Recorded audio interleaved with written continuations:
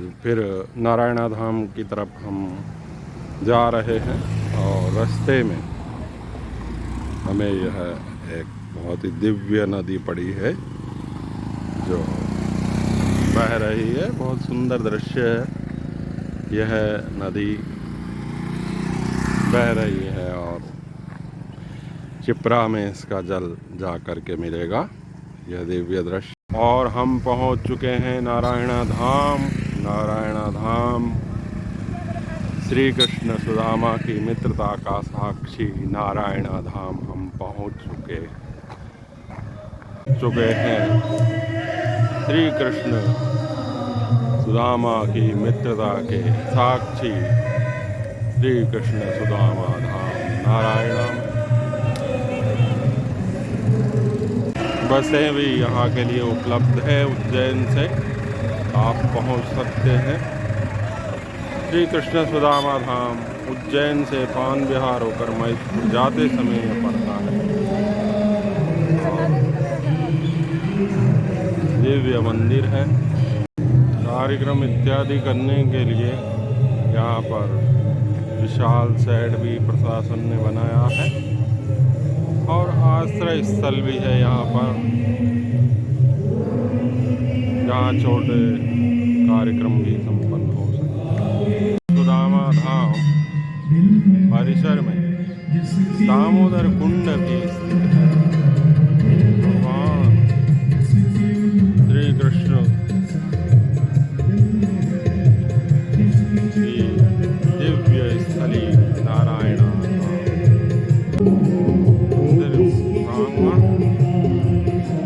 श्रद्धालु दर्शन कर रहे हैं।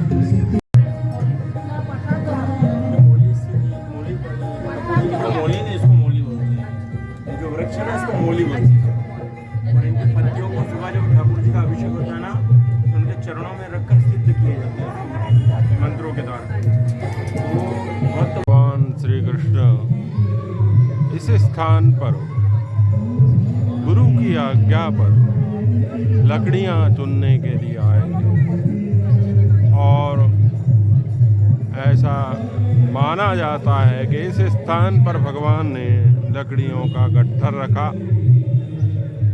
और उसमें से कुछ लकड़ियां जो यहाँ छूट गई थी, उन लकड़ियों में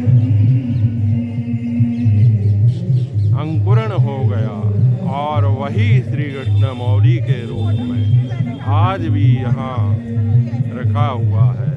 ये विशाल जो गट्ठर दिखाई देता है, ये भगवान श्री कृष्ण द्वारा रखी गई लकड़ियों के अंश ही है, ऐसा माना जाता है। श्री कृष्ण मौली की सिद्ध की हुई लकड़ियाँ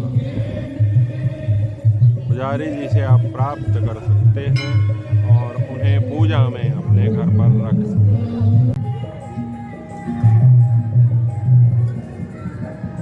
जहाँ पर बने सभागृह में द्वारकाधीश भगवान विप्र सुदामा के चरणों का वंदन कर रहे हैं। द्वारिका मित्रता का अद्भुत अनूठा उदाहरण है यह श्री कृष्ण सुदामा धाम और भगवान श्री कृष्ण और सुदामा की मित्रता।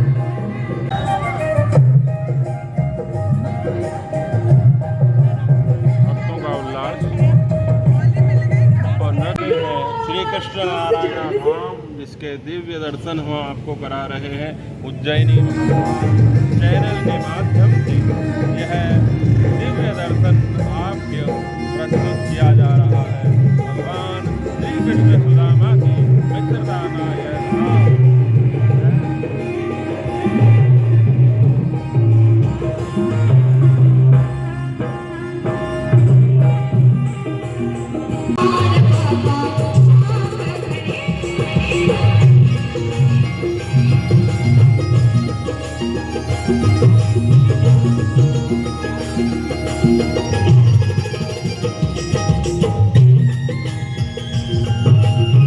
सुदामा धाम श्री कृष्ण और सुदामा की मित्रता का साक्षी यह मंदिर पौराणिक दृष्टि से महत्वपूर्ण है।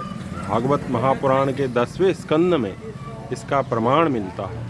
इस स्थान से भगवान श्री कृष्ण की लीलाओं से जुड़े महत्वपूर्ण बिंदु यहाँ पर प्रस्तुत हैं।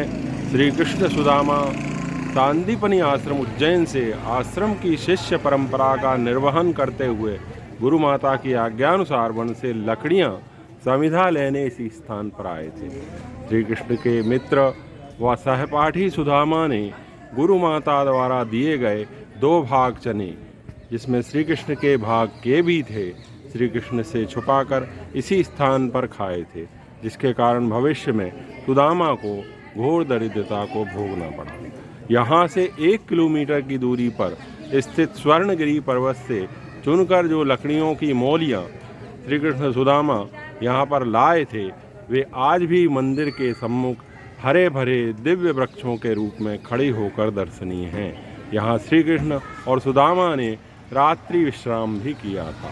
सुदामा की प्यास बुझाने के लिए श्री कृष्ण ने भूमि से मिट्टी हटाई, जिसमें जल प्रकट हुआ, जो आज भी मंदिर के सम्मुख दामोदर कुंड के नाम से प्रसिद्ध है। श्री कृष्ण और सुदामा की खोज में आए गुरुदेव सांदीपनि ऋषि ने उनके सहपाठियों से इनके मिलन की महक आज भी इस मिट्टी के कण कण में बसी है। गुरु सांदीपनि ने इसी स्थान पर श्री कृष्ण को नारायण नारायण कहकर संबोधित किया था। इस कारण इस ग्राम का नाम नारायणा पड़ा। यह स्थान अत्यंत ही दिव्य है और विश्व के प्राचीन पौराणिक ऐतिहासिक एवं धार्मिक तीर्थ स्थलों में अपना विशिष्ट स्थान रखता है। जय श्री कृष्ण। स्वर्णगिरी पर्वत है जहाँ पर भगवान श्री कृष्ण अपने गुरुदेव की आज्ञा से लकड़ियाँ चुनने के लिए आए थे, और यही वह स्थान है जहाँ से इस मार्ग से डोंगला की ओर मार्ग जाता है, और यह कर्क रेखा पर स्थित स्थान भी है, जिसका अत्यधिक महत्व है।